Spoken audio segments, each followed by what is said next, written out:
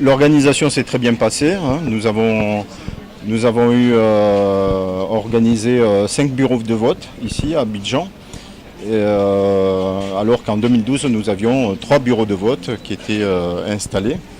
Donc il y a une satisfaction générale, les temps d'attente sont assez fluides.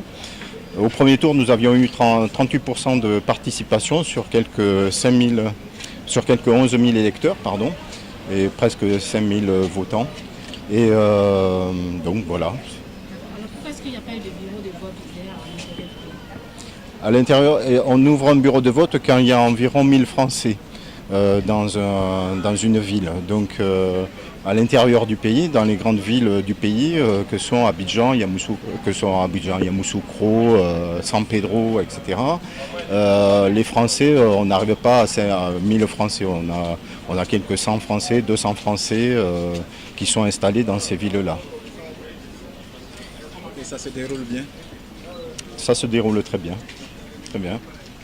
De façon satisfaisante. Il faut interroger les électeurs. Hein. Je vous invite à aller interviewer les personnes qui se présentent. On n'a pas vu le poster de Marine Le Pen. Est-ce que cette fois-ci, pour le deuxième tour, vous allez permettre les journalistes de pouvoir au maximum visionner le poster de Marine Le Pen pour qu'elle soit vue de manière à l'internationale? Le poster de Marine Le Pen n'a pas été affiché au premier tour dans toutes les ambassades et les consulats à l'étranger parce qu'il n'était pas le parti de Madame Le Pen ne l'avait pas déposé dans les temps auprès du bureau à Paris.